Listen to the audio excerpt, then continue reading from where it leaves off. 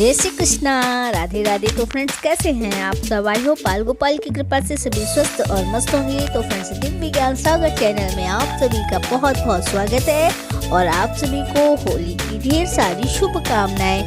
तो फ्रेंड्स, आज का वीडियो होली और दीपावली के बाद जो कि भाई बहन के प्यार का पावन त्योहार आता है भाई दूज।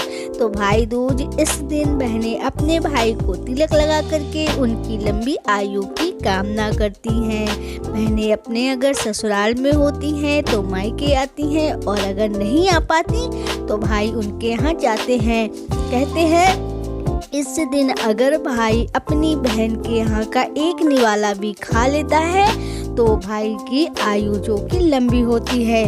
तो इस दिन अपने भाई को जरूर से कुछ ना कुछ खिलाना चाहिए, भेंट देना चाहिए कि भाई दूज बहुत ही रक्षाबंधन से भी कहीं ज़्यादा बढ़कर ये भाई दूज का जो कि पर्व होता है।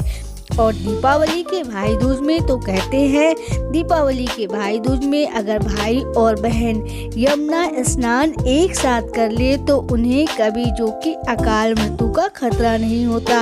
यह स्वयं यमराज ने ही अपनी बहन को आशीर्वाद दिया है कि जो भी भाई और बहन एक साथ यमुना जल स्नान करेंगे तो मैं उन्हें कभी भी आकस्मिक नहीं छूंगा। तो ये होली की जो कि भाई दूज कब आएगी, अपने भाई को तिलक कब लगाएं, और भाई मैं लास्ट में जो कि भाई दूज की कथा भी सुनाऊंगी।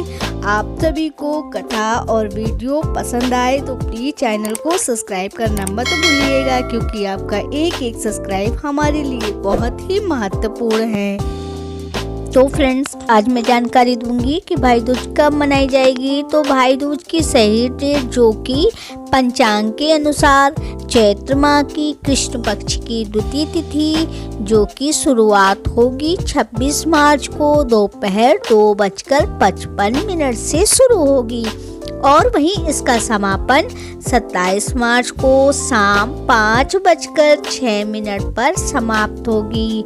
तो ऐसे में भाई दूज का जो कि पावन पर्व 27 मार्च को ही मनाया जाएगा। तो फ्रेंड्स, इसका जो कि आप अपने भाई को तिलक जो कि आप 27 मार्च को ही करें। 27 मार्च को ही भाई दूज का पर्व जो कि मनाया जाएगा। तो अब मैं आपको सुनाऊंगी कथा बहुत ही प्यारी है। पसंद आए तो प्लीज चैनल को सब्सक्राइब जरूर कीजिएगा। तो फ्रेंड्स, भाई दूज की कथा कुछ इस प्रकार से है। एक गांव रहता है जहां पर 7 बहनें होती हैं। उनका भाई सबसे लास्ट में होता है। तब सभी बहनों की शादी हो चुकी होती है, भाई की शादी सबसे लास्ट में होती है। सारी बहनें बड़े घर में ब्याह के जाती हैं, लेकिन एक बहन जो कि छोटी होती है वह गरीब परिवार में जाती है। भाई सभी बहनों को निमंत्रण देने के लिए जाता है। जब बहनें पूछती हैं कि भाई तुमने छोटी को बुलाया क्या, तो भाई ने बोला कि नहीं, मैंने उसे नहीं बुलाया। तो बहनें बोलती हैं कि भाई गरीबी अमीरी तो अपनी जगह होती है, तुम पहले छोटे भाई हो और इकलौते भाई हो, तो उसे भी बुला लो अपने विवाह में। तब भाई अपनी बहनों के कहने से उसके यहाँ भी जाता है उसको निमंत्रण देने के लिए। बहन का तो खुशी का कोई ठिकाना नहीं, क्योंकि भाई उसके घर में पहली बार आया था। वह बिल्कुल सोच में पड़ जाती है कि भाई को क्या खिलाऊं क्या दूं, कुछ समझ में नहीं आता। मायके का कुत्ता भी आता है तो उससे बहुत प्यार होता है, वह तो उसका सगा और इकलौता भाई आया था। तभी वह गांव से कुछ गेहूं लेकर आती है और जो कि चकिया होती है जिसे से पहले गेहूं पीसा जाता था, उससे वह जल्दी से चकिया से गेहूं पीसती है और भाई को बोलती है भाई खा लो। भाई बोलता है मैं नहीं खाऊंगा। तो भाई के लिए वह रास्ते के लिए वह पूड़ियाँ बांध देती है। लास्ट में एक पूड़ी बचती है, उस पूड़ी को वह कुत्ते को दे देती है। कुत्ता पूड़ी खा करके मर जाता है। बहन बहुत घबरा जाती है कि कुत्ता आखिर क्यों मर गया। वो फटाफट चौके में आती है, सारा कुछ देखती है, उसे कुछ दिखाई नहीं देता। तब वह चकिया उठाकर देखती है तो क्या देखती है कि उस चकिया में एक सांप जो कि पिस गया साथ में। अब तो वह बहुत घबरा जाती है और दौड़ी दौड़ी भाई के पास जाती है। भाई पूड़ी मत खाना, भाई पूड़ी मत खाना। भाई झुंझला जाता है, गुस्सा आ जाता है कि ले तू धर ले अपनी पूड़ी, और भाई चला जाता है उसकी पूड़ी फेंक करके वह पूड़ी को उठा करके ठंडा कर देती है। जब वह अपने भाई के घर विवाह में जाने के लिए तैयार होती है तब रास्ते में उसे आकाशवाणी होती है कि तुम्हारे भाई की अल्पायु है, तुम्हारा भाई विवाह के तुरंत बाद ही मर जाएगा। तब वह बोलती है अब क्या करूँ? तो बोले उसका यही उपाय है कि तुम लोगों ने अपने भाई को कभी भी कोई अपशब्द नहीं बोला है, क्योंकि वह इकलौता भाई होता है, अकेला भाई होता है, तो बहनें कभी उसे कभी कोई गाली नहीं देती हैं। तो बोलती हैं कि आकाशवाणी होती है कि तुम अपने भाई को गाली दोगी, अपशगुन करोगी, तभी तुम्हारे भाई की जो कि अल्पायु खत्म होगी। अब वो बहन विवाह में पहुंचती है। जैसे ही भाई का विवाह की तैयारी होने लगती है, परछन होने लगती है, तब वह अपने भाई को जो कि गालियां देने लगती है, कोसने लगती है। तो कुछ लोग बोलते हैं कि कैसी पागल है, भाई का विवाह हो रहा है और कह रही है भैया मरे भौजी राण, भैया मरे भौजी राण। इस तरीके से वह बोलती है अपशब्द।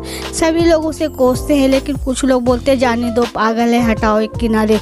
और भाई का विवाह होता। भाई विवाह के लिए जैसे ही अपनी बहू को परछन के लिए लेने के लिए परछन होता है, जब बहू आती है तो परछन के लिए सभी जाते हैं। तो कहती है कि मैं भाई के साथ परछन कराऊंगी। तो कुछ लोग बोलते तू पागल हो गई है क्या? कभी कोई बहन भी अपने भाई के साथ परछन कराती है तो बोलती है नहीं मैं कराऊंगी, मैं कराऊंगी।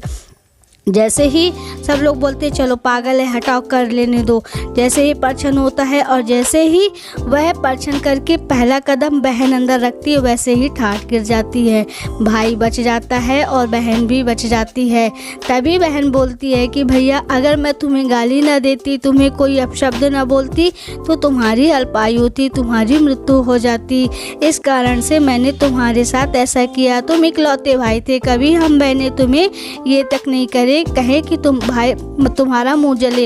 इसलिए इस दिन भाई दूज के दिन भाई को कोसा भी जाता है और भाई को अपशब्द भी बोले जाते हैं।